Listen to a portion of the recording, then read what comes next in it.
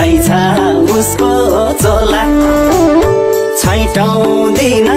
भाबीले नि यही लेख्दिएको होला कोहीलाई लैजा भन्दा पनि आउँदैन कालिन बुढेसकालको टेक्ने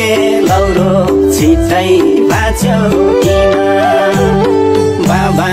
आमा नरुनु धर्केर अब छोरो आउँदैन फर्केर बाबा आमा नरुनु धर्केर अब छोरो आउँदैन फर्केर अब छोरो आउँदैन